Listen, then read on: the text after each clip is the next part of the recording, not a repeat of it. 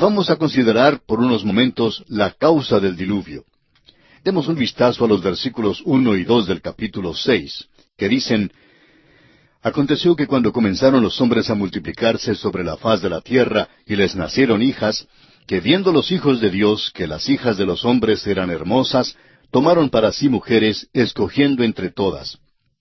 Ahora la frase hijos de Dios y la frase hijas de los hombres en realidad han causado mucha discusión en nuestros días.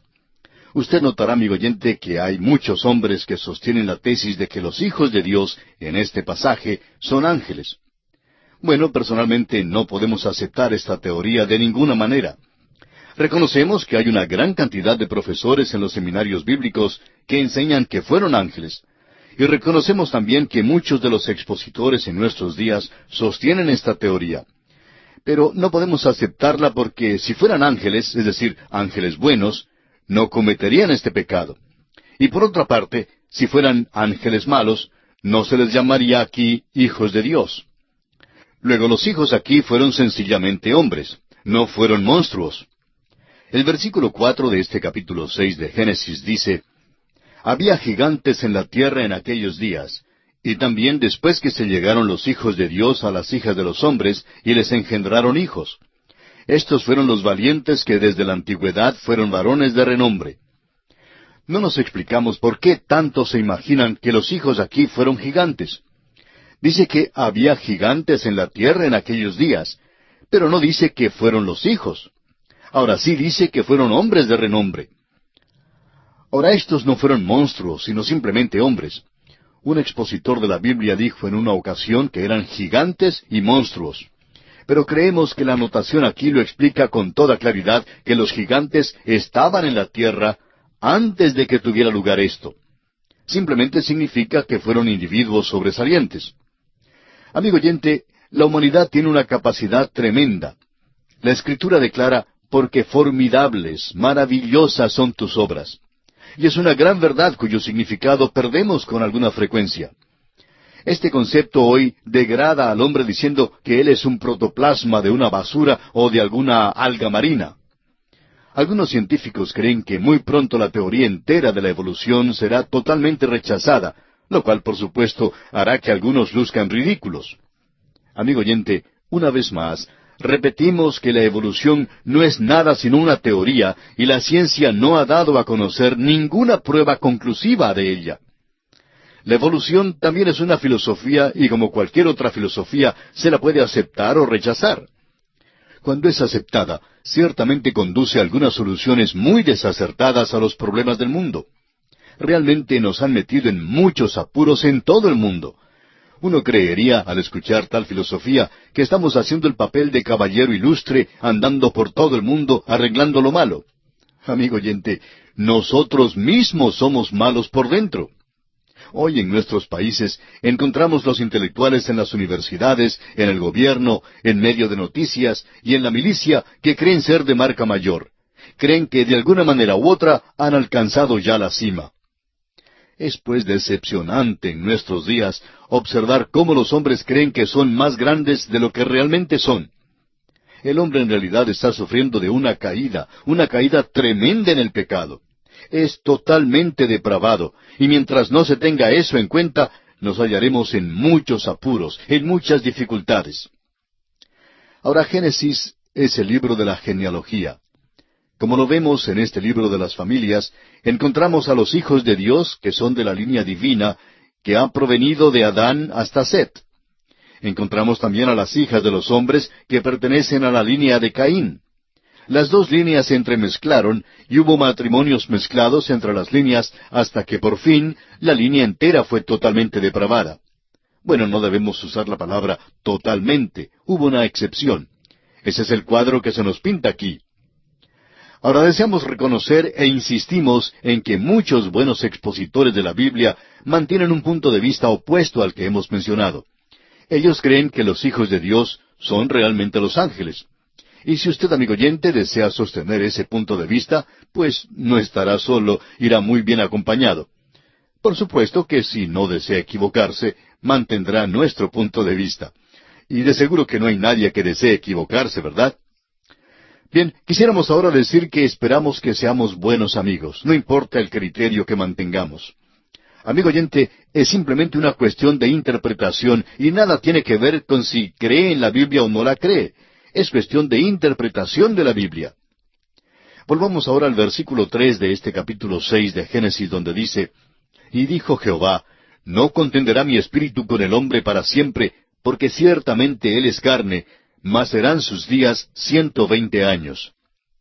Creemos que Noé predicaba por 120 años, y que durante aquel tiempo el Espíritu de Dios contendía con los hombres. El apóstol Pedro lo expresa con toda claridad de que fue en los días de Noé cuando el Espíritu de Dios contendía con los hombres para llevarlos a Dios. El apóstol Pedro dice en su primera carta, capítulo 3, versículos 18 al 20, «Porque también Cristo padeció una sola vez por los pecados, el justo por los injustos, para llevarnos a Dios, siendo la verdad muerto en la carne, pero vivificado en espíritu, en el cual también fue y predicó a los espíritus encarcelados, los que en otro tiempo desobedecieron, cuando una vez esperaba la paciencia de Dios en los días de Noé, mientras se preparaba el arca, en la cual pocas personas, es decir, 8, fueron salvadas por agua». Ellos estaban encarcelados cuando Pedro escribió estas palabras, pero cuando se les predicó fue en los días de Noé. Fueron desobedientes durante el tiempo de la paciencia de Dios antes del diluvio. Eso fue durante esos 120 años en la época de Noé. Ahora, ¿cuál era la condición en la tierra en aquel entonces? Se nos declara esta condición y se nos da la causa por la cual Dios envió el juicio del diluvio. El versículo 5 de Génesis 6 dice, «Y vio Jehová que la maldad de los hombres era mucha en la tierra, y que todo designio de los pensamientos del corazón de ellos era de continuo solamente el mal». Hay 4 palabras aquí que deben ser subrayadas. En primer lugar, la palabra mucha, donde dice, la maldad de los hombres era mucha. En segundo lugar, la palabra todo, donde dice, todo designio de los pensamientos del corazón de ellos era de continuo solamente el mal. La tercera y la cuarta palabra son de continuo y solamente. Piénselo bien, amigo oyente. Esa fue la condición que Dios observó en la tierra. Los versículos 6 y 7 de Génesis 6 continúan diciendo, «Y se arrepintió Jehová de haber hecho hombre en la tierra, y le dolió en su corazón. Y dijo Jehová, raeré de sobre la faz de la tierra a los hombres que he creado, desde el hombre hasta la bestia, y hasta el reptil y las aves del cielo, pues me arrepiento de haberlos hecho». Y se arrepintió Jehová. La corrupción del hombre hizo arrepentirse al Señor. Parece que Dios cambió de idea. Creó al hombre y ahora parece que va a destruirlo. Fíjese usted que destruirá los animales terrestres, pero no menciona a los peces. Pues va a venir un diluvio, y los peces ya viven en el agua, y Dios enviará más agua. Consideremos ahora la liberación de Dios del juicio del diluvio. Los versículos 8 y 9 dicen, «Pero Noé halló gracia ante los ojos de Jehová». Estas son las generaciones de Noé. Noé, varón justo, era perfecto en sus generaciones. Con Dios caminó Noé. ¿Por qué halló Noé gracia con el Señor? Porque Noé caminó con Dios, y porque fue justo y perfecto en las generaciones. Esta es la razón por la cual Dios salvó a Noé.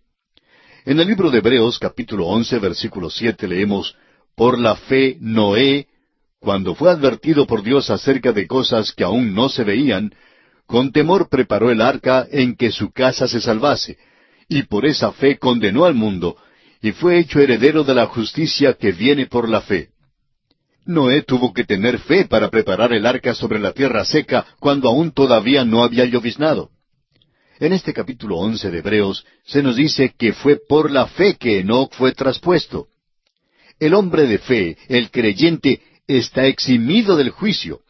En el rapto de la iglesia, todos los creyentes irán, porque esta liberación es para creyentes, y aún el santo más débil será arrebatado junto con la iglesia. Será arrebatado porque Dios engrandece su misericordia. Es la misericordia de Dios que puede mostrar a Noé el tiempo del diluvio. Ahora se nos da de nuevo la razón por la cual Dios envió el diluvio. Dios vio que el camino del hombre se había desviado del propósito para el cual Dios lo había creado. El hombre no seguía ya el camino de Dios, sino su propio camino caprichoso. Los versículos 11 al 13 de Génesis 6 nos dicen, «Y se corrompió la tierra delante de Dios, y estaba la tierra llena de violencia. Y miró Dios la tierra, y he aquí que estaba corrompida, porque toda carne había corrompido su camino sobre la tierra. Dijo pues Dios a Noé, He decidido el fin de todo ser, porque la tierra está llena de violencia a causa de ellos, y he aquí que yo los destruiré con la tierra». Vamos a mencionar algunas cosas aquí al examinar las razones por las cuales Dios juzgó a la tierra con un diluvio. Dios había dado al hombre la promesa de un Redentor, y le había dicho que un Salvador vendría a la tierra. Todo el mundo debió haberlo esperado y buscado. En lugar de eso, se nos dice que el hombre se había apartado de Dios. Luego sabemos que Dios había provisto un sacrificio a Adán y Eva. Hallamos que por medio de esto, Dios había dado un gran principio eterno. Los dos hermanos, Caín y Abel, representan los dos grandes sistemas, dos clases de personas. Hay los farisaicos, que traen el fruto de sus obras, y hay los quebrantados de espíritu, que traen el sacrificio de la fe. Son los perdidos y los salvados. El profesor formal y el creyente sincero. Los dos tipos estuvieron presentes en la raza humana en el tiempo del diluvio. Los patriarcas vivieron por tanto tiempo que Adán y Matusalén llenaron el período entero desde la creación y el diluvio. Ciertamente compartieron la revelación de Dios con el resto del género humano. En la carta universal de Judas, en los versículos 14 y 15, leemos que Enoc predicó y profetizó durante ese período. También el apóstol Pedro, en su segunda carta, capítulo 2, versículo 5, declara que Noé fue predicador de justicia. Dio testimonio de su fe construyendo el arca. Los hombres ya habrían sabido que Enoc había desaparecido. Eso debió haberlos puesto sobre aviso. Sabían el significado del nombre de Matusalén. De modo que, cuando murió, deben haber sabido que algo iba a suceder. Luego tenemos el ministerio del Espíritu Santo. Dios dice en el versículo 3 de Génesis, capítulo 6, «No contenderá mi espíritu con el hombre para siempre».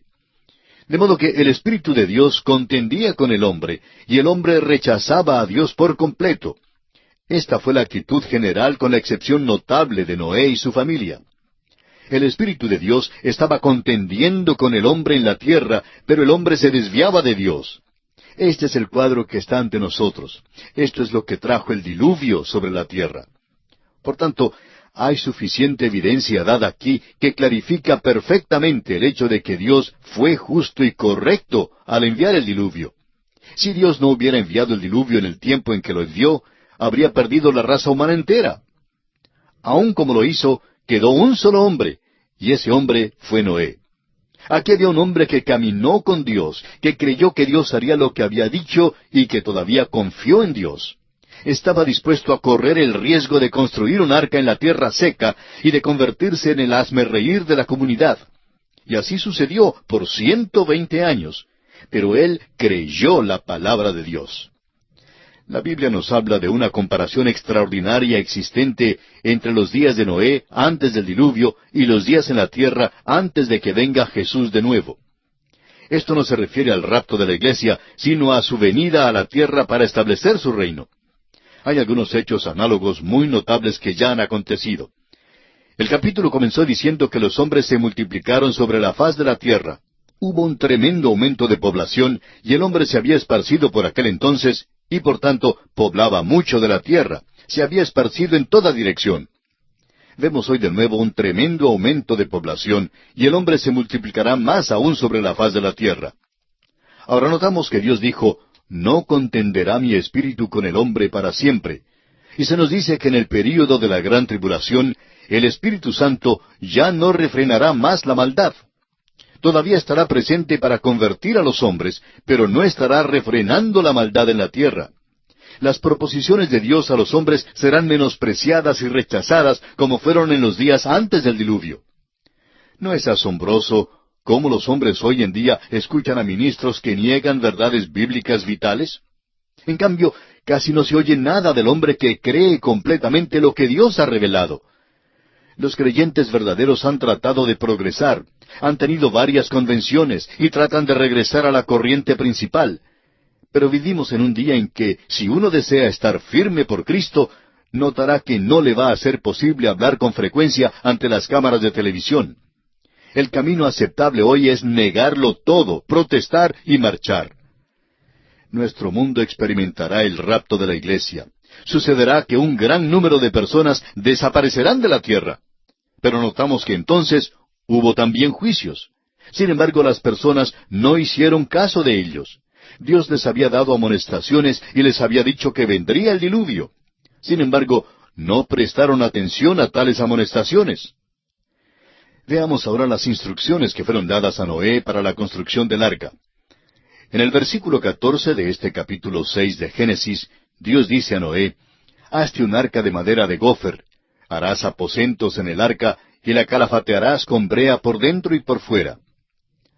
Aún al hacer este preparativo, Dios estaba dando a los hombres bastante oportunidad. El gofer es una madera indestructible y muy semejante a la madera del pino gigantesco. La palabra aposento sugiere la idea de nido. El elefante tendría necesidad de un aposento, pero el topo se contentaría con un poquito de polvo en un rinconcito. Eso es todo lo que necesitaría. Debía pues hacerla impermeable con brea por dentro y por fuera. Ahora leemos en el versículo 15, «Y de esta manera la harás. De 300 codos la longitud del arca, de 50 codos su anchura, y de 30 codos su altura». Lamentablemente, la impresión del arca que tienen muchas personas es la que recibieron al ver unos cuadros de ella, que la hace parecer como un barco vivienda. Pero creemos que ese es un tipo de farsa ridícula. Es una caricatura realmente del arca en vez de ser un cuadro de ella como realmente fue. En primer lugar, el arca fue una construcción de tamaño adecuado. El codo tiene aproximadamente 42 centímetros de longitud. Se nos dice que tuvo 300 codos de longitud, y por tanto fue una construcción algo grande. Surge la pregunta, ¿cómo es que pudieron construirla segura en aquel tiempo? Amigo oyente, no estamos estudiando a los cavernícolas. Noé fue un hombre muy inteligente. Toda la inteligencia que tiene la raza humana hoy tuvo que provenir de este hombre, Noé, porque fue muy inteligente. No estaba edificando un transatlántico de esos que resisten las olas enormes. Todo lo que hizo fue construir un lugar para la vida, animal y humana, para que se quedara allí por un largo tiempo. Debía permanecer en ella esperando la terminación del diluvio. Por esa razón no necesitó los planos de un transatlántico. Pero este plan daría todo el espacio necesario para el uso que Dios intentaba darle. Ahora notemos que el arca tenía unos 138,5 metros de longitud. Era un arca larga, pero lo interesante es la dimensión relativa del arca. Un acorazado de los Estados Unidos, el Nuevo México, tenía 192 metros de longitud, 32 3/4 metros de anchura y un calado máximo de 9 metros. Al comparar estas cifras con las del arca, encontraremos que las dimensiones son más o menos iguales. Por tanto, no era un barco que se viera ridículo de ninguna manera. Ahora el versículo 16 nos dice, «Una ventana harás al arca, y la acabarás a un codo de elevación por la parte de arriba, y pondrás la puerta del arca a su lado, y le harás piso bajo, segundo y tercero». En lo alto del arca había una ventana de un codo de elevación, y daba la vuelta al arca. Ahora la parte superior debe haber sobrepasado un poco. En estos días, ese es el modo que se emplea para la ventilación de un gimnasio, por ejemplo. Ahora notemos que el arca tenía una sola puerta, y esto es de importancia. Cristo nos dice que Él es la puerta del redil. Hay un solo camino. Cristo también es la puerta en el arca. Había 3 pisos en el arca, y uno preguntará si había una puerta en cada piso. Bueno, personalmente creemos que hubo solamente una puerta en el arca y no una en cada piso. Pero francamente creemos que es un detalle sin importancia. Ahora el versículo 17 dice, «He aquí que yo traigo un diluvio de aguas sobre la tierra para destruir toda carne en que haya espíritu de vida debajo del cielo. Todo lo que hay en la tierra morirá». Dios está trayendo un juicio sobre la tierra, un juicio que incluiría toda vida animal, tanto a las aves como a los hombres. Prosigamos ahora con los versículos 18 al 20, que dicen, «Mas estableceré mi pacto contigo, y entrarás en el arca tú, tus hijos, tu mujer, y las mujeres de tus hijos contigo. Y de todo lo que vive, de toda carne, 2 de cada especie meterás en el arca, para que tengan vida contigo, macho y hembra serán. De las aves según su especie, y de las bestias según su especie, de todo reptil de la tierra según su especie, 2 de cada especie entrarán contigo, para que tengan vida. Ahora esto quiere decir que Noé tomó 2 ejemplares de cada especie para entrar en el arca. Otra cosa digna de mencionar aquí es que Noé no fue cazador de animales. Él no salió a buscar a los animales, sino que ellos vinieron a él. Nos lo dice específicamente y vamos a ver esto en nuestro próximo programa. Ahora, ¿por qué los animales vinieron a Noé? Bueno, porque cuando un animal sabe mediante alguna intuición que está en peligro, viene al hombre. La Biblia nos dice que los animales vinieron a Noé. Ahora, en los versículos 21 y 22, los versículos finales de este capítulo 6, Dios hace la provisión para el alimento de todas estas especies. Dice Dios allí, y toma contigo de todo alimento que se come y almacénalo, y servirá de sustento para ti y para ellos. Y lo hizo así Noé, hizo conforme a todo lo que Dios le mandó. Concluimos nuestra lección del capítulo 6, notando la provisión que Dios había hecho para el alimento de todos aquellos que entrarían en el arca. En los versículos finales del capítulo 6, los versículos 21 y 22, leemos, y toma contigo de todo alimento que se come, y almacénalo, y servirá de sustento para ti y para ellos. Y lo hizo así Noé, hizo conforme a todo lo que Dios le mandó.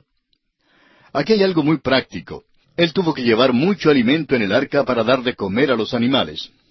Alguien preguntará, ¿por qué los animales no se comían entre sí? Bueno, porque hasta el tiempo del diluvio, los hombres y los animales no comían carne, no había ningún animal carnívoro, y se nos dice que en el milenio el lobo morará con el cordero, y el leopardo con el cabrito se acostará. El león, como el buey, comerá paja. Ese probablemente era el estado de los animales en aquel entonces, el cual ocurrirá una vez más.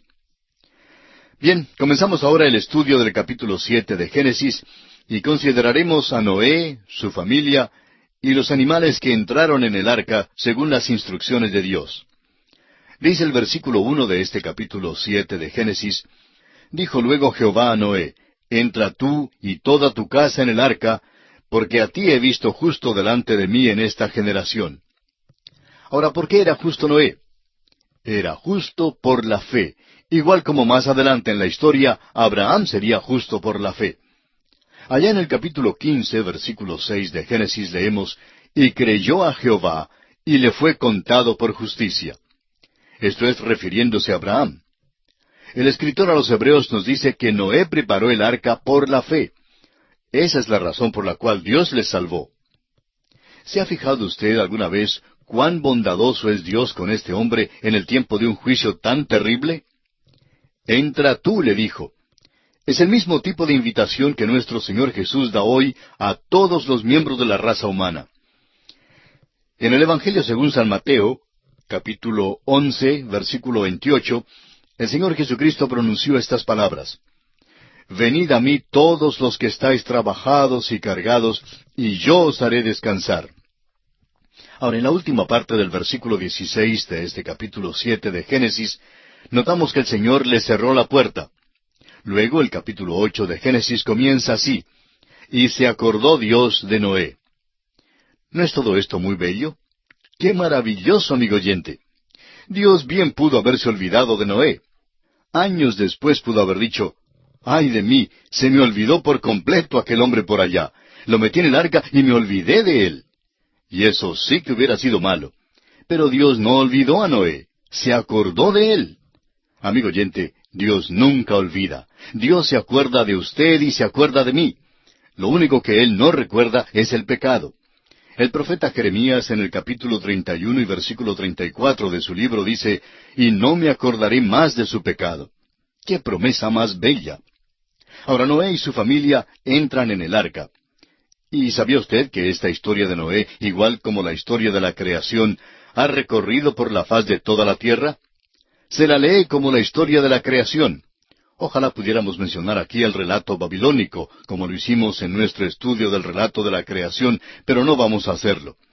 El caso es que cuando uno compara ese relato con el de la Biblia, encuentra una gran diferencia. Y mucho de lo que se encuentra en los otros relatos es hasta absurdo. Pero es un hecho que la mayoría de las naciones y las gentes tiene un relato tanto de la creación como del diluvio. ¿No le dice eso algo a usted, amigo oyente? Debiera decirle que hay una base para la verdad de la creación y del diluvio. No saldrían todos con el mismo relato si hubieran estado fabricando los eventos. Por supuesto, el relato babilónico da las razones que no son, declarando que los dioses tuvieron algún tipo de guerra entre ellos y que estaban luchando el uno contra el otro, y eso es lo que ocasionó el diluvio. La Biblia dice que Dios lo envió como juicio sobre el hombre por haber pecado. Ahora, en el versículo 2 del capítulo 7 de Génesis leemos: «De todo animal limpio tomará 7 parejas, macho y su hembra». Esto fue la base de un pleito hace años. El doctor Geraldo Rimmer ofreció $1,000 a cualquier persona que pudiera mostrar una contradicción en la Biblia, y este versículo fue usado en un tribunal de ley. Había algunos teólogos liberales que testificaron que este versículo contenía una contradicción. ¿Por qué diría que debe llevar 2 de una clase cuando aquí dice que llevó 7 de cada clase? Bueno, todo lo que le falta hacer es continuar la lectura, y podrá notarse que cuando Noé salió del arca, ofreció los animales limpios como sacrificios a Dios. ¿Dónde pudiera haber encontrado Noé los animales limpios si no hubiera llevado más de 2 animales con él? Fue solo de entre los animales limpios que llevó 7, y ahora ya sabemos cuál fue la razón. De los que no eran limpios, llevó 2, un macho y su hembra. De las aves limpias de los cielos, llevó 7. Ahora, en los versículos 2 y 3 de Génesis capítulo 7 leemos: «Mas de los animales que no son limpios, una pareja el macho y su hembra. También de las aves de los cielos, 7 parejas, macho y hembra, para conservar viva la especie sobre la faz de la tierra». Después del sacrificio de Noé, todavía había macho y hembra de todo animal y de toda ave para conservar viva la especie sobre la faz de la tierra. El versículo 4 dice: «Porque pasados aún 7 días, yo haré llover sobre la tierra 40 días y 40 noches, y raeré de sobre la faz de la tierra a todo ser viviente que hice». Ahora, durante 7 días, todo el mundo todavía podía haber llamado a la puerta del arca, y creemos francamente que bien pudieron haber conseguido su entrada. Dios los habría salvado. Todo lo que tenían que hacer era creer en Dios. Los versículos 7 al 9 nos dicen ahora: «Y por causa de las aguas del diluvio entró Noé al arca, y con él sus hijos, su mujer y las mujeres de sus hijos. De los animales limpios y de los animales que no eran limpios, y de las aves, y de todo lo que se arrastra sobre la tierra, de 2 en 2 entraron con Noé en el arca, macho y hembra, como mandó Dios a Noé». En ningún lugar dice que Noé buscaba y arreaba los animales al arca. No le fue necesario. Los animales vinieron a él. Y el versículo 10 dice: «Y sucedió que al 7º día las aguas del diluvio vinieron sobre la tierra». Y esto nos conduce ahora a la consideración del diluvio mismo. Consideremos en primer lugar la destrucción de toda carne y la salvación de Noé y aquellos que estaban con él en el arca. Vamos ahora a leer partes de algunos de los próximos versículos. El versículo 10 nos dice que las aguas del diluvio vinieron sobre la tierra. Ahora el versículo 11 dice: «El año 600 de la vida de Noé, en el mes 2, a los 17 días del mes, aquel día fueron rotas todas las fuentes del grande abismo, y las cataratas de los cielos fueron abiertas». Continuamos ahora con el versículo 12 de este capítulo 7 de Génesis. «Y hubo lluvia sobre la tierra 40 días y 40 noches». Pasando ahora al versículo 16 leemos: «Y los que vinieron, macho y hembra de toda carne, vinieron, como le había mandado Dios, y Jehová les cerró la puerta». Y la primera parte del versículo 17 dice: «Y fue el diluvio 40 días sobre la tierra». Y el versículo 24 dice: «Y prevalecieron las aguas sobre la tierra 150 días». Ahora hay una pregunta que surge en cuanto al diluvio, y es: ¿cuál es la evidencia histórica y científica del diluvio? No pensamos entrar en esta materia, pero sí quisiéramos recomendarle un libro que es sumamente bueno en relación con este tema. Se trata del libro El Diluvio de Génesis. escrito por Henry M. Morris y John C. Whitcomb. Ambos hombres están completamente calificados para escribir sobre este tema. El doctor John Whitcomb tiene un doctorado en teología y fue profesor del Antiguo Testamento en el Seminario Teológico de la Gracia en Estados Unidos. Y el doctor Henry Morris recibió su doctorado en filosofía de la Universidad de Minnesota y fue profesor de ingeniería hidráulica y jefe del Departamento de Ingeniería Civil del Instituto Politécnico de Virginia, Estados Unidos. El doctor Morris y el doctor Whitcomb se unieron y escribieron este libro sobre el diluvio de Génesis. En él muestran que el diluvio fue universal, que fue una gran catástrofe y que hay evidencia histórica que lo confirma. Asimismo, responden al argumento uniformitariano que sostiene que los procesos existentes, actuando de la misma manera que en el presente, son suficientes para dar cuenta de todos los cambios geológicos. Esta es una de las muchas teorías que han sido promovidas para descartar las evidencias geológicas del diluvio universal. Pero permítanos decirle, amigo oyente, que hay una abundancia de evidencia para el diluvio y este libro responde a mucho de este asunto. Ahora hay libros que han salido de la imprenta, escritos por hombres que consideramos pseudointelectuales, o sea, intelectuales falsos y falsos teólogos también. Algunos de ellos dicen que el diluvio fue local, es decir, aseguran que se limitó al valle de los ríos Tigris y Éufrates y que formó algo así como una grande piscina por allá, pero que eso fue todo. Amigo oyente, la Escritura expresa con toda claridad que el diluvio cubrió toda la tierra. El libro ya mencionado ciertamente verifica lo que dice la Biblia. La familia humana había poblado la tierra. Los hombres y los animales habían llegado ya a los demás continentes del mundo. Pero el hecho, según la Biblia, es que la familia humana comenzó de nuevo con Noé. Eso es lo que dice la palabra de Dios. Y amigo oyente, uno o acepta la Biblia o la rechaza. Concluir por hipótesis que los eventos pudieron haber sucedido de otra manera es en esencia rechazar lo que dice Dios. La Biblia expresa con claridad que hubo un diluvio universal. Los versículos 23 y 24 de este capítulo 7 de Génesis dicen: Así fue destruido todo ser que vivía sobre la faz de la tierra, desde el hombre hasta la bestia, los reptiles y las aves del cielo. Y fueron raídos de la tierra, y quedó solamente Noé y los que con él estaban en el arca. Y prevalecieron las aguas sobre la tierra 150 días. Quienes argumentan en contra de un diluvio universal, por lo general aceptan el principio uniformitariano, y sostienen el punto de vista de que no había tal cosa como una gran convulsión o catástrofe como el diluvio. Pero ¿sabe usted, amigo oyente, que el apóstol Pedro nos amonesta contra los que piensan de ese modo? Dice el apóstol Pedro en su segunda carta, capítulo 3, versículos 3 al 6, lo siguiente: Sabiendo primero esto, que en los postreros días vendrán burladores, andando según sus propias concupiscencias, y diciendo: ¿Dónde está la promesa de su advenimiento? Porque desde el día en que los padres durmieron, todas las cosas permanecen así como desde el principio de la creación. Estos ignoran voluntariamente que en el tiempo antiguo fueron hechos por la palabra de Dios los cielos y también la tierra, que proviene del agua, y por el agua subsiste, por lo cual el mundo de entonces pereció anegado en agua. Los burladores siempre han concordado con el principio uniformitariano, pero no pueden mantener ese punto de vista y a la vez aceptar la integridad de la palabra de Dios. Es pues muy importante que entendamos esto. Y así concluimos nuestra consideración del capítulo 7 de Génesis. Y nos encontramos ahora ante el capítulo 8. Y notaremos que las lluvias se detienen, se retiran las aguas y el arca reposa sobre el monte Ararat. El final del capítulo 7 nos dijo que prevalecieron las aguas sobre la tierra 150 días.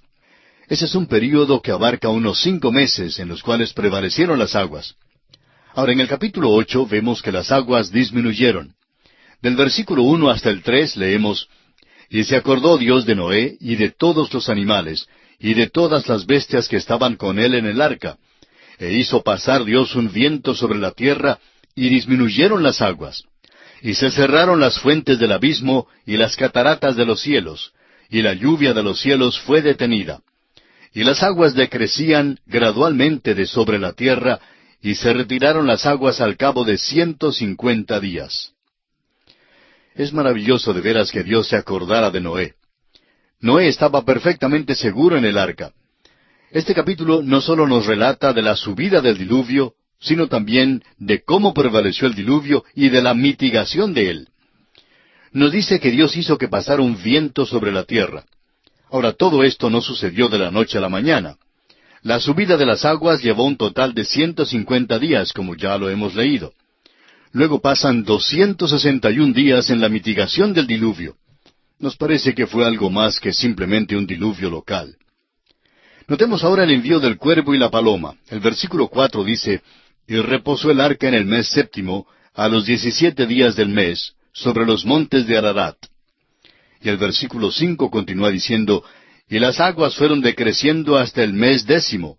En el décimo, al primero del mes, se descubrieron las cimas de los montes». Ahora el versículo 6 dice, «Sucedió que al cabo de 40 días abrió Noé la ventana del arca que había hecho». El versículo 7 dice, «Y envió un cuervo, el cual salió y estuvo yendo y volviendo hasta que las aguas se secaron sobre la tierra». Notamos aquí que Noé se convierte ahora en observador de los pájaros. Envía dos aves, el cuervo y la paloma, y las va a observar.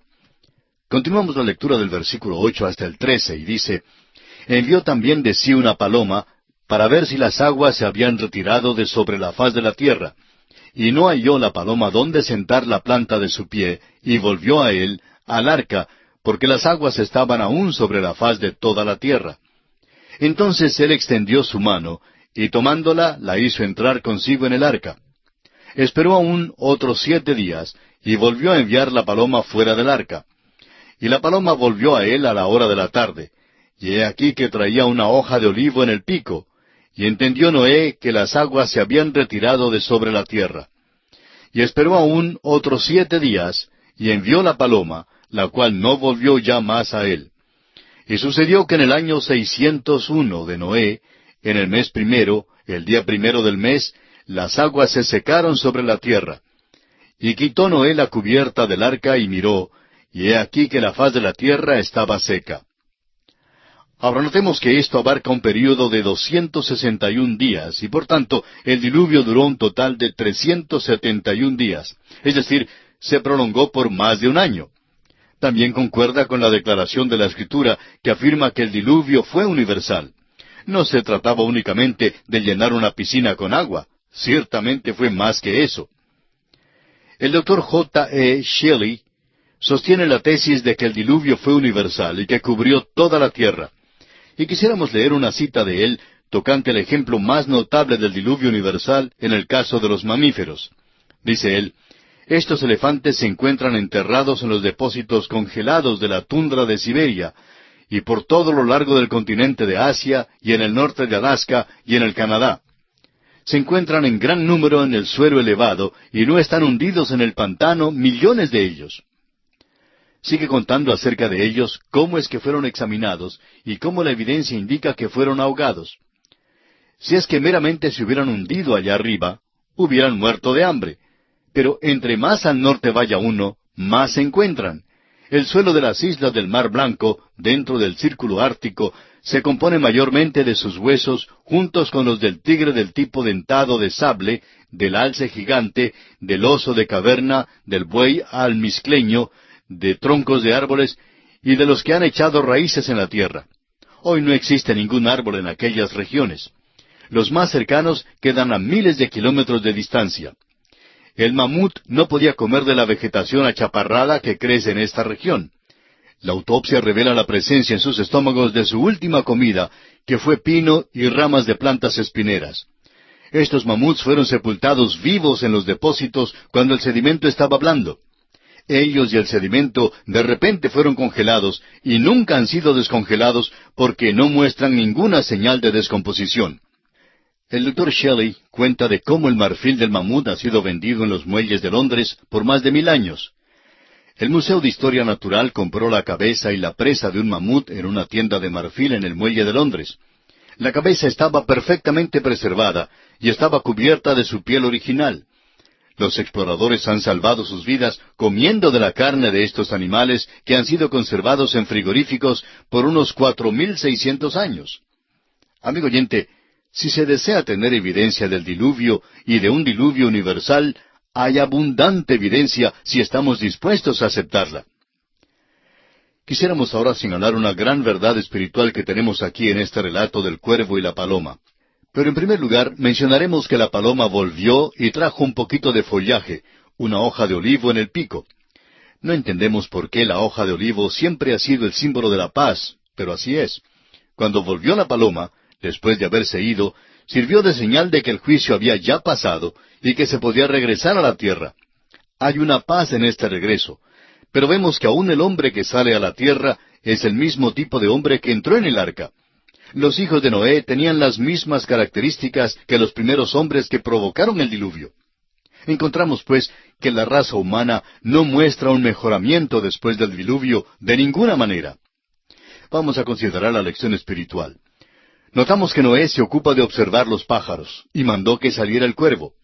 El cuervo no regresó al arca. ¿Y por qué no regresó? Bueno, notemos qué es lo que come un cuervo. Un cuervo come de todo. El hecho es que había muchísimos animales muertos y mucha carne disponible después del diluvio. Y eso es lo que come un cuervo. No regresó porque después de todo iba a banquetear y se estaba gozando mucho porque era un ave inmunda. Pero la paloma, en cambio, es un ave limpia y así se la considera más adelante en la Biblia. Usted recordará, amigo oyente, que Noé llevó tanto animales y aves limpios como aves y animales inmundos en el arca. La paloma fue como una mensajera que trajo con ella una información. Después del segundo viaje de la paloma, Noé supo que las aguas del juicio ya se habían retirado de la tierra, porque la hoja del olivo revelaba que la tierra seca ya estaba a la vista. Dijimos que Noé se ocupó ahora en observar a los pájaros, y así envió al cuervo. Ahora el cuervo no volvió al arca.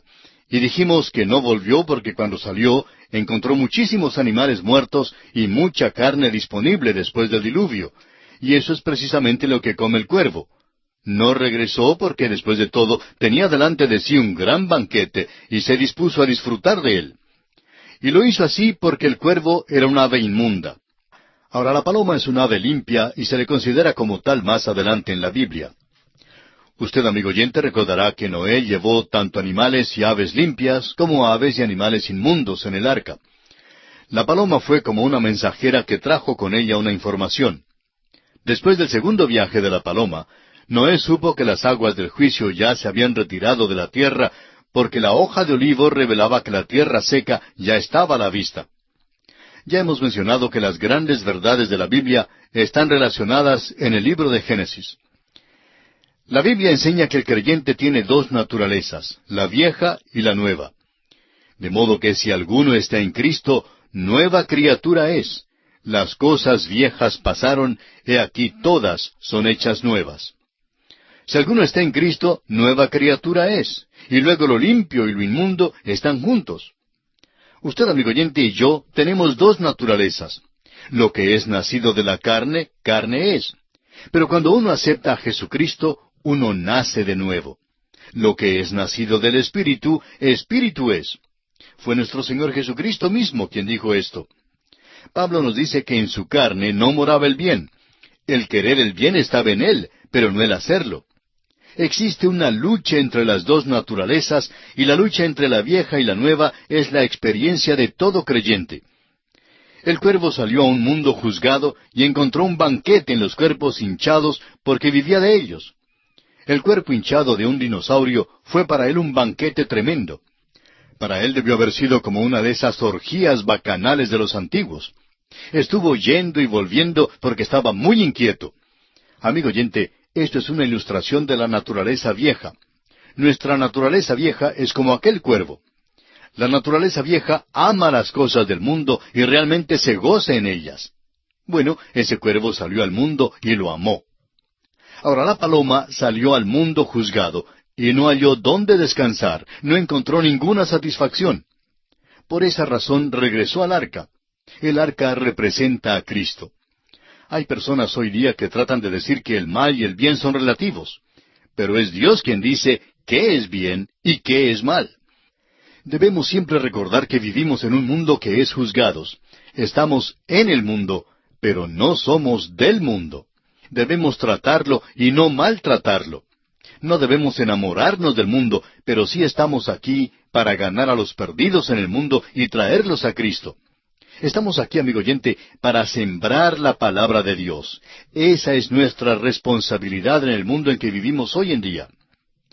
Hace algún tiempo alguien dijo que una denominación había nombrado a un hombre como obispo de la luna. Ahora, ¿para qué sirve eso? Estamos seguros de que Dios y sus ángeles están cuidando de las estrellas y los demás planetas.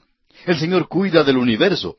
Lo que nosotros tenemos que hacer es cuidar de nuestro trabajo asignado aquí ahora mismo. Debemos esparcir la palabra de Dios aquí en esta tierra. Eso es lo importante. La paloma reconoció que se encontraba en este tipo de mundo y por eso no encontró descanso. Solo el arca, amigo oyente, que representa a Cristo, puede darle descanso. Permítanos ahora hacerle una pregunta muy personal, a la cual tendrá que contestar por sí mismo. ¿Qué tipo de ave es usted? ¿Es usted un cuervo o es usted una paloma? Usted tiene ambas naturalezas, pero ¿en cuál de ellas vive usted hoy en día? ¿Ama usted las cosas de Dios o las desprecia? Como dijimos, usted tendrá que contestar por sí mismo. Continuando ahora la lectura de este capítulo 8 de Génesis, leamos el versículo 13 y luego los versículos 18 y 19. Las aguas se secaron sobre la tierra, y quitó Noé la cubierta del arca, y miró, y he aquí que la faz de la tierra estaba seca. Pasando ahora a los versículos 18 y 19 leemos, Entonces salió Noé y sus hijos, su mujer y las mujeres de sus hijos con él, todos los animales y todo reptil y toda ave, todo lo que se mueve sobre la tierra según sus especies, salieron del arca. Vamos a considerar algunas cosas nuevas al proseguir nuestro estudio aquí. Dios va a hacer un pacto muy importante con Noé. A Noé le va a ser posible ahora comer carne, y Dios pondrá en uso la pena de muerte. Cuando Dios hizo ese pacto con Noé, lo hizo con la familia humana que se encuentra en la tierra hoy en día. Notemos ahora que Noé edifica un altar y ofrece sacrificio. Dice el versículo 20, Y edificó Noé un altar a Jehová, y tomó de todo animal limpio y de toda ave limpia, y ofreció holocausto en el altar. Vemos ahora por qué Noé llevó 7 de los animales limpios y solo 2 de los inmundos. Está ofreciendo ahora un sacrificio de los animales limpios.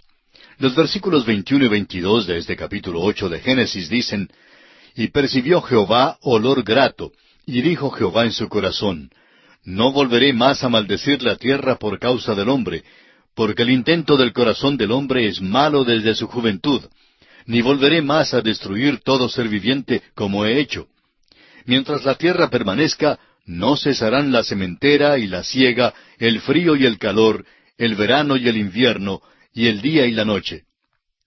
Bien puede usted anotar, amigo oyente, la evaluación de Dios con respecto al género humano como una evaluación verdadera. ¿Qué le parece a usted la juventud suya? ¿Fue malo el intento de su corazón o no lo fue?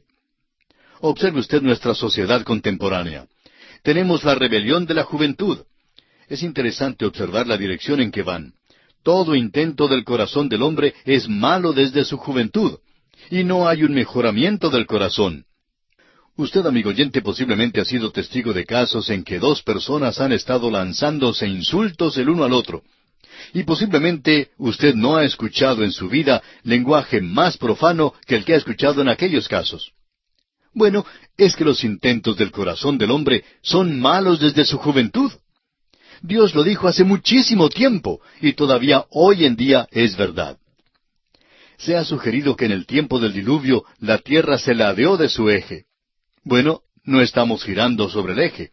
El centro magnético es algo diferente que el centro sobre el cual estamos girando. Algo ha pasado.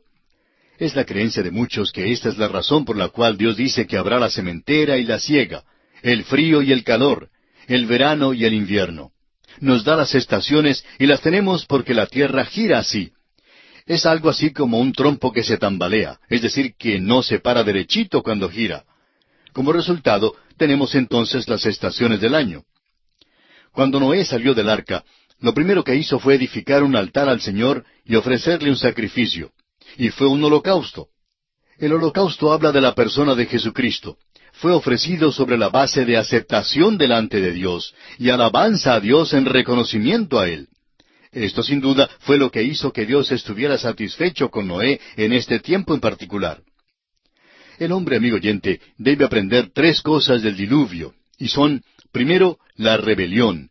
La rebelión contra Dios se realizó, fue manifestada abiertamente y fue la causa del juicio del diluvio. En segundo lugar, la revelación. Dios dio su revelación a los hombres. Noé predicó a los hombres por 120 años. El testimonio de Noé no les tocó el corazón. Rechazaron la revelación que Dios había dado. Y en tercer lugar, el arrepentimiento. Rehusaron por completo arrepentirse.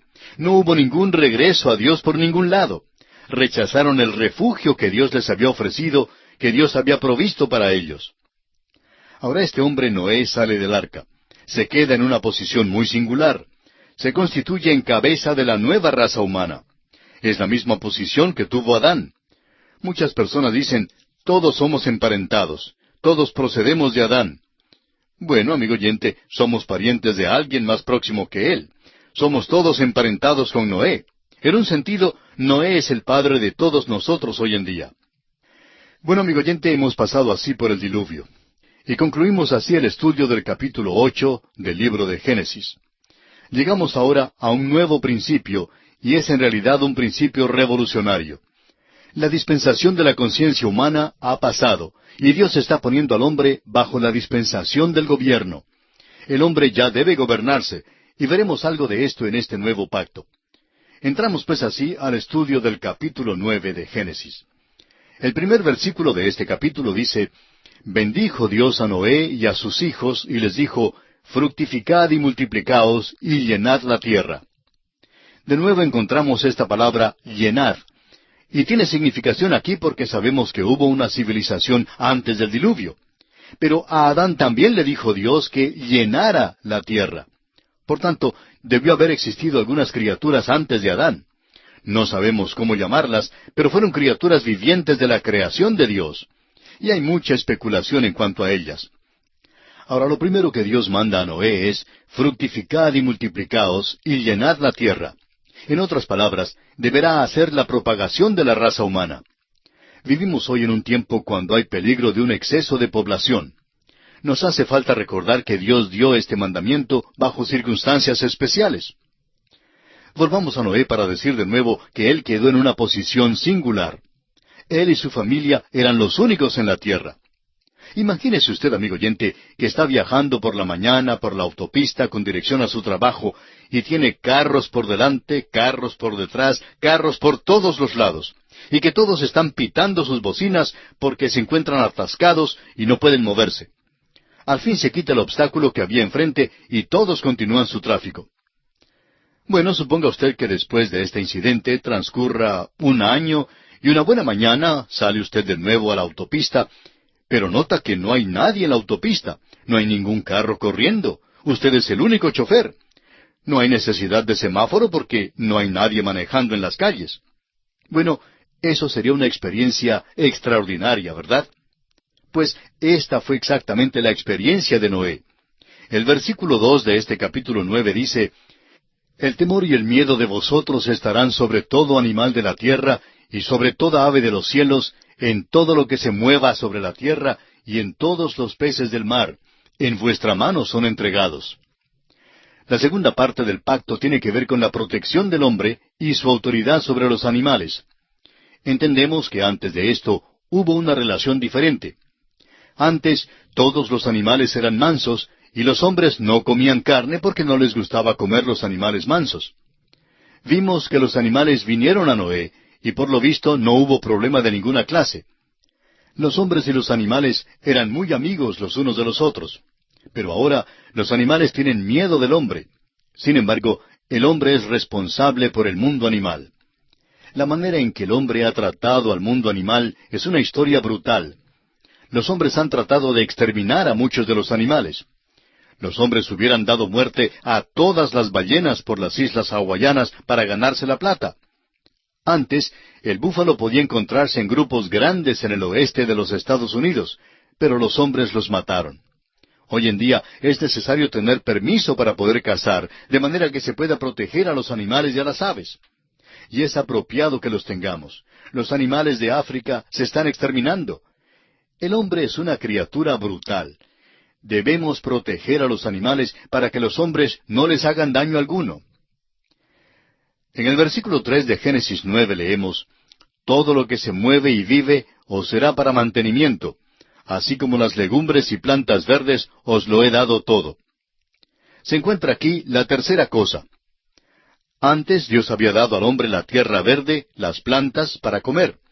Ahora le dice a Noé que puede comer de la vida animal. Hay quienes son aficionados a las dietas, y a veces este tipo de cosa llega a convertirse en parte de la religión de la persona. Recordará usted que los que fueron destruidos por el diluvio eran todos vegetarianos. Ahora, si es que la dieta mejora a alguien, pues ellos no hubieran sido destruidos. Vemos aquí entonces que Dios permite ahora al hombre que coma carne. Veamos ahora lo que dice el versículo 4. «Pero carne con su vida, que es su sangre, no comeréis». Debían desangrar la carne. Eso habla de vida, e indicaría que el animal debía estar muerto. También indica que el animal debía ser muerto en una manera misericordiosa, en lugar de prolongar su sufrimiento.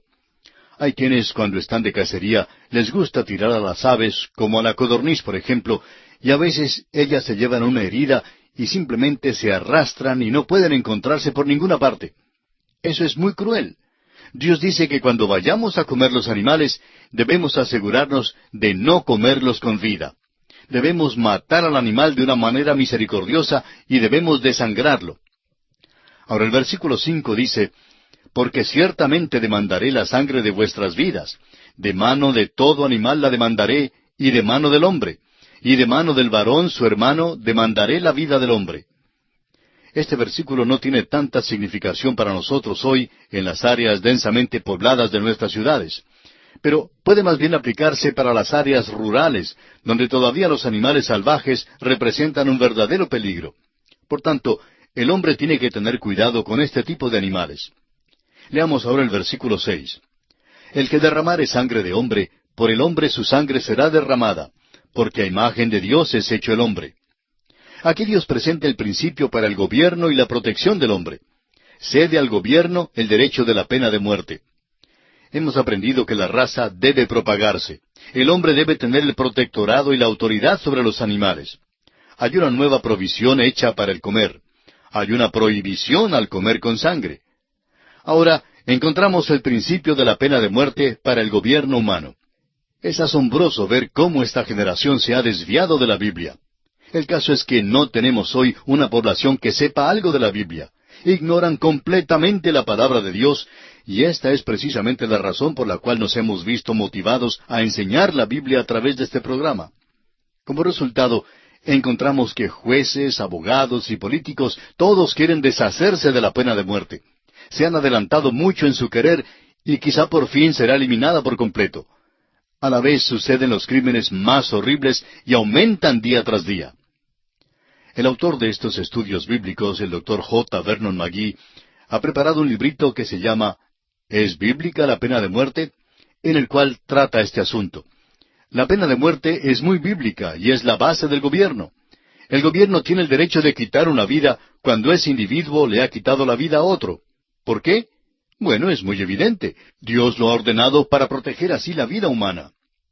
En las grandes ciudades de nuestros países ya no existe seguridad al caminar por las calles. Una razón por la cual la vida no es tan segura ahora es por la actitud que hay hacia la pena de muerte.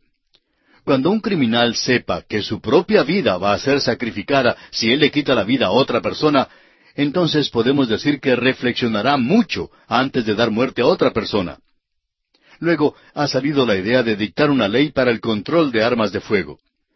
Bueno, el problema no es tanto con el arma en la mano. El problema se encuentra en el mismo corazón del hombre. Es el corazón del hombre que hay que controlar para estar seguros de nuevo en las calles. El que derramare sangre de hombre, por el hombre su sangre será derramada. Porque a imagen de Dios es hecho el hombre. Esta es la base del gobierno humano. Esta regla nunca ha sido cambiada con respecto a los gobiernos del mundo. Esta es la manera en la cual Dios intentó que el hombre fuera gobernado. Luego, el Señor repite su mandamiento. Leamos el versículo 7 de este capítulo 9 de Génesis. Mas vosotros fructificad y multiplicaos, procread abundantemente en la tierra y multiplicaos en ella. Veamos ahora el nuevo pacto de Dios con los hombres. Los versículos 8 al 10 de este capítulo 9 de Génesis dicen, Y habló Dios a Noé y a sus hijos con él, diciendo, He aquí que yo establezco mi pacto con vosotros y con vuestros descendientes después de vosotros, y con todo ser viviente que está con vosotros, aves, animales, y toda bestia de la tierra que está con vosotros, desde todos los que salieron del arca hasta todo animal de la tierra. Este pacto está hecho con la raza humana entera, y se incluyen en él todas las criaturas de Dios. Es interesante notar lo que Isaías declara. Él dice que un día morará el lobo con el cordero, y el leopardo con el cabrito se acostará. El apóstol Pablo nos dice en su epístola a los Romanos que toda la creación gime a una, y a una está con dolores de parto. Amigo oyente, Dios ha hecho este pacto para la protección de todos estos hasta cuando llegue aquel día. Es para todas las criaturas de Dios, como dice, y con todo ser viviente que está con vosotros. Ahora el versículo 11 de este capítulo 9 de Génesis dice, Estableceré mi pacto con vosotros, y no exterminaré ya más toda carne con aguas de diluvio, ni habrá más diluvio para destruir la tierra. Encontramos aquí la promesa de Dios y su resolución, su decisión de no destruir la tierra por medio de otro diluvio. El próximo juicio de la tierra es un juicio por fuego. Así lo encontramos declarado en el capítulo 3 de la segunda epístola del apóstol Pedro. Amados, esta es la segunda carta que os escribo, y en ambas despierto con exhortación vuestro limpio entendimiento, para que tengáis memoria de las palabras que antes han sido dichas por los santos profetas, y del mandamiento del Señor y Salvador, dado por vuestros apóstoles, sabiendo primero esto, que en los postreros días vendrán burladores, andando según sus propias concupiscencias, y diciendo, ¿dónde está la promesa de su advenimiento? Porque desde el día en que los padres durmieron, todas las cosas permanecen así como desde el principio de la creación. Estos ignoran voluntariamente que en el tiempo antiguo fueron hechos por la palabra de Dios los cielos y también la tierra, que proviene del agua y por el agua subsiste, por lo cual el mundo de entonces pereció anegado en agua. Pero los cielos y la tierra que existen ahora están reservados por la misma palabra, guardados para el fuego en el día del juicio y de la perdición de los hombres impíos. Mas, oh amados, no ignoréis esto, que para con el Señor un día es como 1000 años, y 1000 años como un día. El Señor no retarda su promesa, según algunos la tienen por tardanza, sino que es paciente para con nosotros, no queriendo que ninguno perezca, sino que todos procedan al arrepentimiento. Hasta aquí la lectura. Amigo oyente, aproveche el tiempo, la oportunidad que usted tiene delante en esta ocasión. Dios habla a su puerta. Dios no está retardando su promesa. La palabra de Dios que acabamos de leer dice que Él es paciente para con nosotros. Eso quiere decir que Él es paciente para con usted y quiere que usted proceda al arrepentimiento. Hágalo hoy. Venga a Jesucristo y acéptele en su corazón como su Salvador personal. En el versículo 11 Dios dijo, Estableceré mi pacto con vosotros, y no exterminaré ya más toda carne con aguas de diluvio, ni habrá más diluvio para destruir la tierra. Dijimos que había aquí una promesa de Dios y notamos también la determinación, la decisión de Dios de no destruir más la tierra con diluvio. Dijimos que el próximo juicio de la tierra sería un juicio por fuego y que así lo encontramos confirmado en el capítulo 3 de la segunda carta del apóstol Pedro. Comenzaremos leyendo los versículos 12 al 17 de este capítulo 9 de Génesis. Y dijo Dios, Esta es la señal del pacto que yo establezco entre mí y vosotros y todo ser viviente que está con vosotros por siglos perpetuos. Mi arco he puesto en las nubes, el cual será por señal del pacto entre mí y la tierra. Y sucederá que cuando haga venir nubes sobre la tierra, se dejará ver entonces mi arco en las nubes.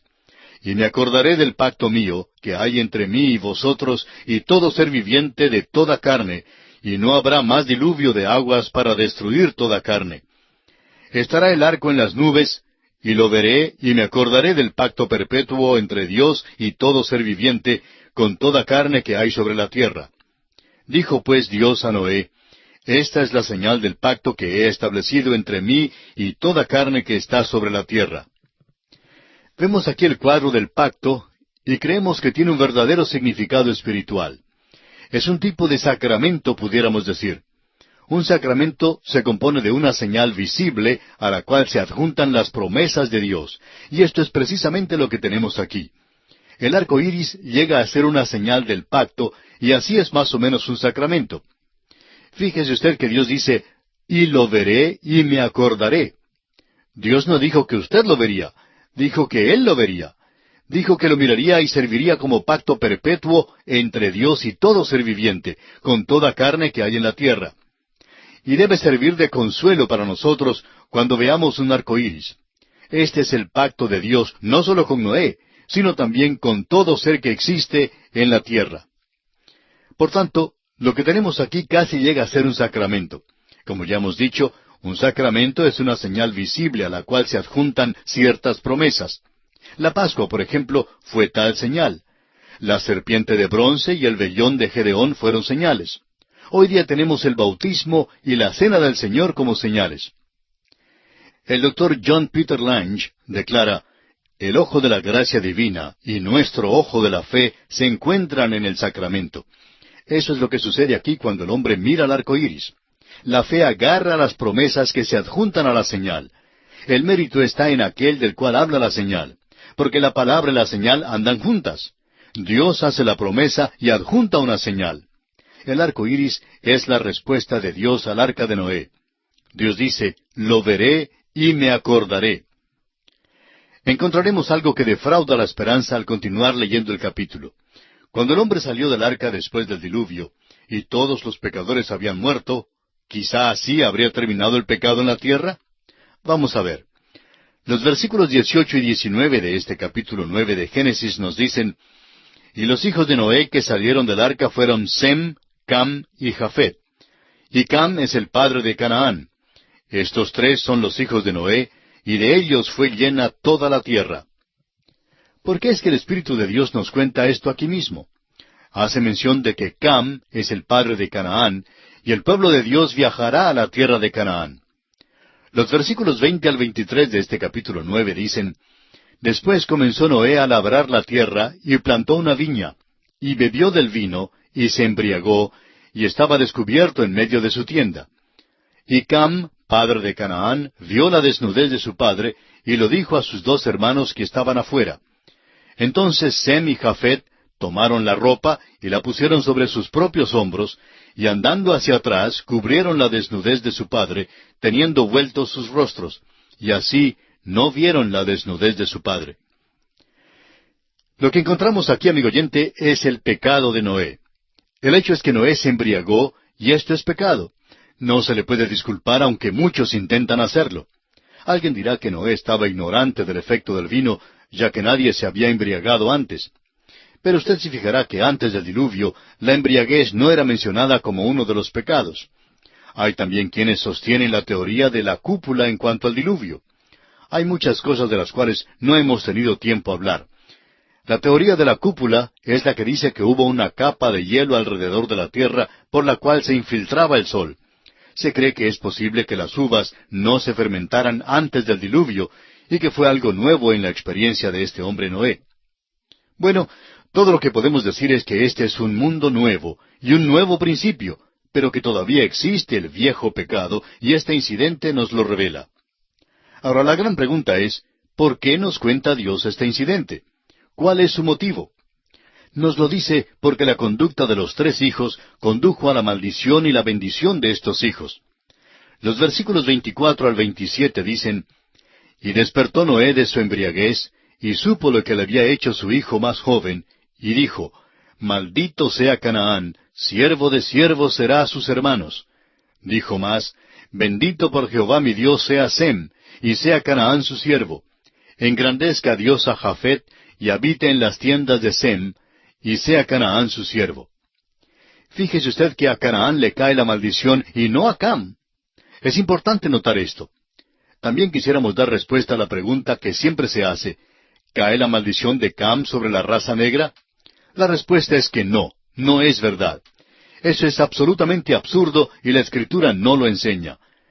La coloración de la piel, el pigmento que está en la epidermis de la familia humana, está allí por razón de la luz del sol afuera, y no por el pecado que está por dentro. Los hijos de Sem van a Canaán, y esa es la razón por la cual se menciona la maldición aquí. Canaán será un siervo de sus hermanos. Y debemos recordar que las primeras dos grandes civilizaciones, de los egipcios y de los babilonios, fueron civilizaciones camitas. Las dos fueron camitas. Ahora, si el hombre hubiera sido quien escribió este libro y nos hubiera contado del pecado de Noé, habría hecho una de estas dos cosas. O lo habría encubierto y habría hecho de Noé un héroe, o lo habría contado de una manera mucho más sórdida que lo que encontramos escrito. El hecho es que se relata por el Espíritu de Dios con un motivo. Se relata para dejarnos saber que Dios estaba animando al pueblo de Israel que entrara en la tierra de Canaán. Ellos sabían que se había pronunciado una maldición sobre Canaán y que había un juicio sobre ellos. Esto se descubre al leer lo demás de la Escritura, y especialmente el Antiguo Testamento y la historia secular. La mayor parte de los hijos de Canaán han desaparecido. Luego, estas cosas están escritas para nuestro conocimiento según la Escritura. Sirven para dejarnos saber algo de la debilidad de la carne. El espíritu a la verdad está dispuesto, pero la carne es débil. El Señor Jesús dijo que lo que es nacido de la carne, carne es. Y el apóstol Pablo expresó con toda claridad, escribiendo a los Gálatas en el capítulo 2 y versículo 16, dice, por cuanto por las obras de la ley nadie será justificado. Por tanto, tenemos aquí la historia de un hombre que cayó, y es la historia de la debilidad de la carne. Hemos mencionado cómo hay los que tratan de disculpar este pecado de Noé. Francamente vemos que el hecho es que Noé se embriagó. Ahora es muy posible que usted como cristiano no se embriague. Pero amigo oyente, es posible que usted y yo vivamos en la carne a tal punto que lleguemos a degradarnos como lo hizo Noé. Creemos tener una mala concepción de la vida en este universo en el cual vivimos. Por ejemplo, los hombres han gastado billones de dólares para ir a la luna. Y después de todo, parece que no es un lugar tan bueno para vivir. Pero gastamos relativamente poco en cómo vivir en esta tierra. Pero amigo oyente, esto es lo que le importa a Dios, es decir, prepararnos para vivir en esta tierra. No nos equivoquemos como otros en la consideración de este incidente. Es menester que entendamos que Noé no perdió su salvación. Fue una cosa terrible la que hizo y no se le puede disculpar de ninguna manera. Fue la debilidad de la carne, pero todavía continuó salvo. Además, notamos el hecho de que la maldición no cayó sobre Cam, sino sobre su hijo Canaán. No sabemos hasta qué punto estaba Canaán metido en este incidente, pero sabemos que su nombre se menciona por algún motivo, aunque no se nos revela la razón. Esto no tiene nada que ver con la maldición del color que se ha puesto sobre alguna parte de la raza humana. Es una verdadera tragedia que haya quienes digan que esto significa una maldición sobre la raza negra. No es justo de ningún modo para la raza negra y ciertamente no es justo para con Dios. Dios nunca dijo eso. Y esto nos trae al final de nuestro estudio del capítulo 9 del libro de Génesis. Y nos hallamos ahora ante los umbrales del capítulo 10. Este es un capítulo de genealogías. Trata de las familias y da el origen de las naciones del mundo. Este capítulo tiene mucha más importancia que la que se indica por la atención que le prestamos hoy. Sentimos mucho que no podemos darle más atención, pero debemos economizar el tiempo en algunas partes. Hablando francamente, este es un capítulo que tiene interés únicamente para las pocas personas que se interesan en la etnología, la antropología y la historia del hombre sobre la tierra. H. S. Miller, quien graduó de maestro en etnología, ha diseñado un diagrama que indica de dónde se han originado todas las razas y las naciones del mundo. Podemos encontrar allí de dónde procedimos cada uno de nosotros. Una cosa es muy clara. Los hijos de Jafet nunca formaron parte de la tribu perdida de Israel. Hay una división triple en la familia humana hoy en día.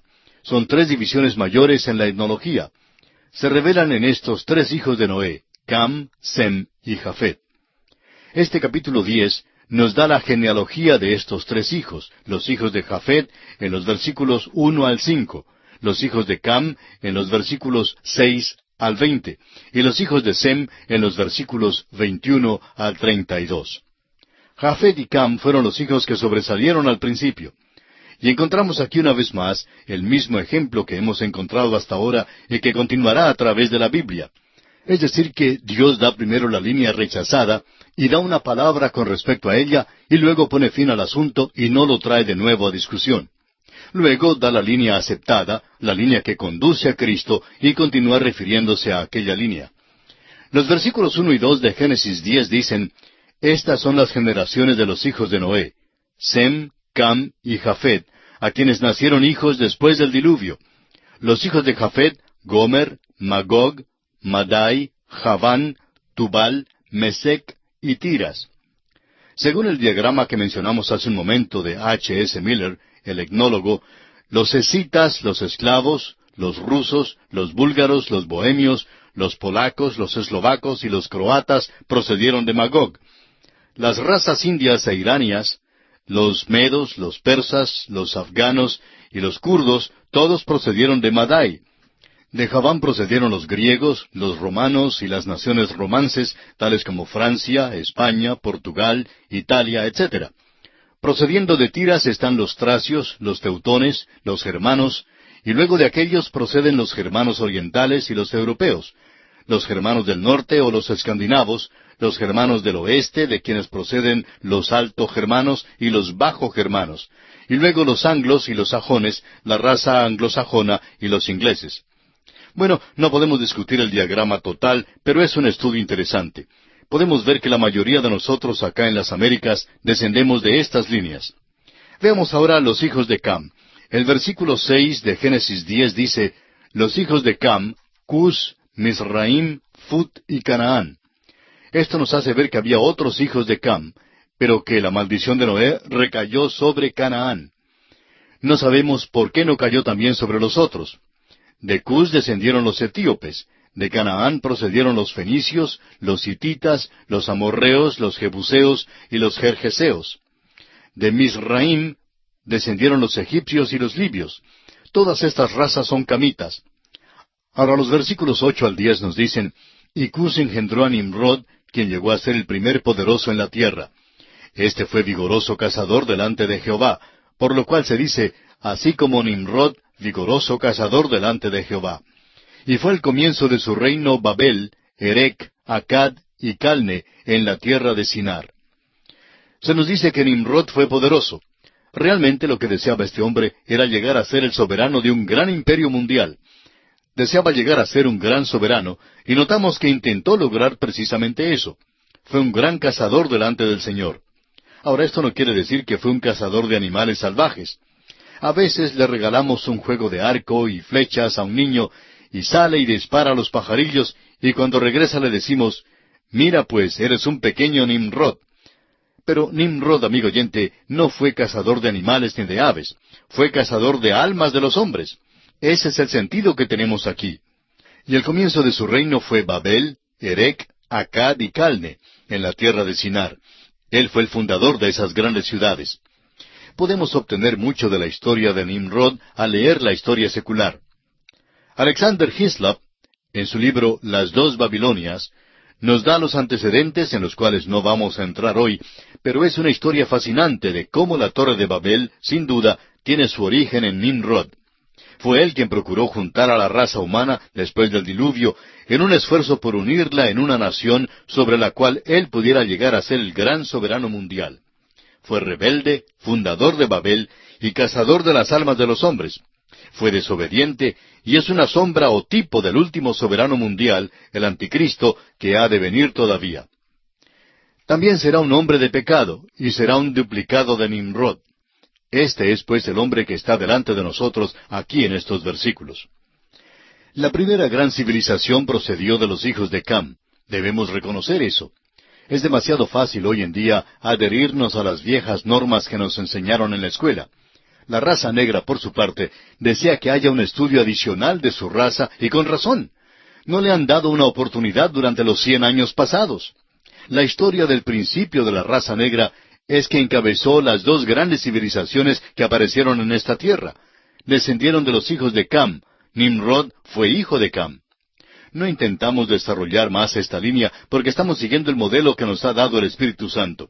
Da primero la línea rechazada y luego le pone fin. Volvamos ahora a la línea que nos conducirá a Abraham y luego a la nación de Israel, para luego hablarnos de la venida de Cristo al mundo. Esta es la línea que es importante seguir. Dios está despidiéndose de lo demás de la humanidad por el momento, pero vuelve a ella más adelante. Quisiéramos ahora mencionar una de las declaraciones más notables con respecto al capítulo 10 de Génesis, expresada por Seifer en su libro. Dice él: el capítulo 10 del Génesis es muy notable. Antes de que Dios deje que las naciones caminen por su propia cuenta y comiencen a tratar con Israel, su pueblo escogido desde los descendientes que datan de Abraham, se despide bondadosamente de las naciones de la tierra, como si estuviera diciendo: les estoy dejando por un tiempo, pero las amo. Las he creado, he ordenado todo su futuro, y es posible trazar las diferentes genealogías. Eso es lo que se encuentra aquí en este capítulo. Ahora, ¿por qué ha sido tan destacado en nuestros días la raza blanca? Bueno, creemos que la razón se basa en este capítulo. En el principio fueron las razas negras las que fueron destacadas. Luego vino la distinción de los hijos de Sem. Durante el tiempo de David hicieron un impacto tremendo sobre este mundo. Debemos recordar que de Sem descendieron los sirios y los libios y los armenios. Fíjese usted que no son los asirios, sino los sirios. Los árabes procedieron de Joctán. Por tanto, notamos que grandes razas y naciones aparecieron en la escena de la historia. Descendieron de Sem. Ahora, por lo visto, estamos en ese período cuando la raza blanca es la que sobresale. Creemos que todos los grupos, no importa si proceden de la línea de Cam, Sem o Jafet, demuestran que son incapaces de gobernar al mundo. Creemos que esto es lo que Dios nos pone de manifiesto, y es una lección muy tremenda que debemos tomar muy en cuenta para nuestra instrucción. Consideremos ahora a los hijos de Sem. Entre los hijos de Sem hay uno al cual se le hace énfasis y mención especial. Leamos desde el versículo 21 al 25 de este capítulo 10 de Génesis. También le nacieron hijos a Sem, padre de todos los hijos de Heber, y hermano mayor de Jafet. Los hijos de Sem fueron Elam, Asur, Arfaxad, Lud y Aram.